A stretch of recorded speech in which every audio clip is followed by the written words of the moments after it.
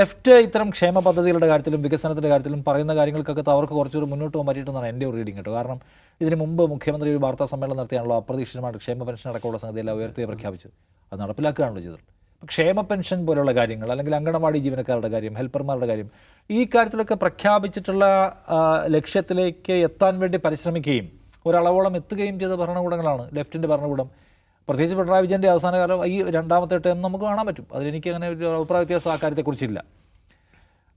പക്ഷേ ഈ ബജറ്റ് എന്തുമാത്രം എല്ലാവരും ആലോചിക്കുന്ന ഒരു ഇലക്ഷൻ്റെ തലേന്നത്തെ ബജറ്റാണല്ലോ, അതെങ്ങനെയാണ് വോട്ടായി മാറുക, എങ്ങനെയാണ് ഇൻഫ്ലുവൻസ് ചെയ്യുക എന്നുള്ളതാണ്. അപ്പോൾ അങ്ങനെയാണെങ്കിൽ ഇപ്പോൾ ലോക്കൽ ബോഡി ഇലക്ഷൻ്റെ തൊട്ട് മുൻപാണ് പ്രഖ്യാപിച്ചത്, വലിയ ആനുകൂല്യങ്ങൾ പ്രഖ്യാപിച്ചത്. പക്ഷേ അതൊന്നും ഒരു നിലയ്ക്കും പ്രാദേശിക തെരഞ്ഞെടുപ്പിൽ അവർക്ക് ഗുണം ചെയ്തിട്ടില്ല. അപ്പോൾ ആളുകൾ ഈ ഗവൺമെൻറ്റിനെ അസസ് ചെയ്യുന്നത് ഈ സർക്കാർ പ്രഖ്യാപിക്കുന്ന ഇത്തരം പദ്ധതികളെ മാത്രം മുൻനിർത്തിക്കൊണ്ടല്ല, അല്ലെങ്കിൽ കുറേ ആനുകൂല്യങ്ങൾ തരുന്നു, കുറേ ഫ്രീബീസ്, അങ്ങനെ അതുകൊണ്ട് നമുക്ക് ഈ സർക്കാരിനെ തുടർച്ച ഉറപ്പാക്കാം എന്ന നിലയ്ക്കല്ല. ആളുകൾ, കേരളത്തിലെ മലയാളികൾ കുറച്ചൊരു പൊളിറ്റിക്കലുമാണ്.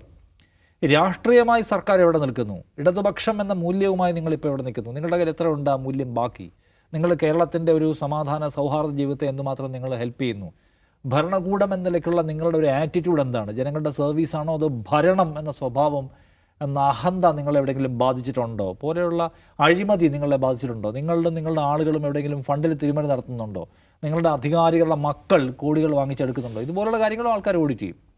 ആ ഓഡിറ്റ് പ്രശ്നം അവിടെ നിൽക്കുന്നുണ്ടാണെന്ന് എനിക്ക് തോന്നുന്നത്.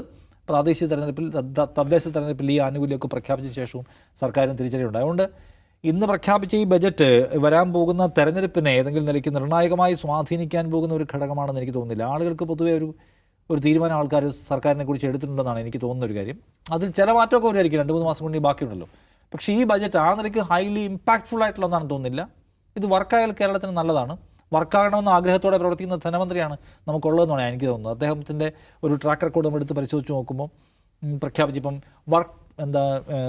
നിങ്ങളുടെ വർക്ക് നിയർ ഹോം എന്ന് പറഞ്ഞ പ്രോജക്റ്റ്, കൊട്ടാരക്കരയിലൊരു പുതിയ വമ്പൻ ബിൽഡിംഗ് ഉണ്ടെന്നല്ലോ, വീട്ടിനടുത്തിരുന്ന് ജോലി ചെയ്യാം. അത് സാധ്യമാക്കി കഴിഞ്ഞ ദിവസം ഉദ്ഘാടനമായിരുന്നു അതിൻ്റെ. അത് ബജറ്റ് പ്രഖ്യാപിച്ചിട്ടുള്ള കാര്യമാണെന്ന് ഓർക്കണം. ഈ എന്താണ് വൈജ്ഞാനിക എക്കണോമിയുടെ ഭാഗമായിട്ട്.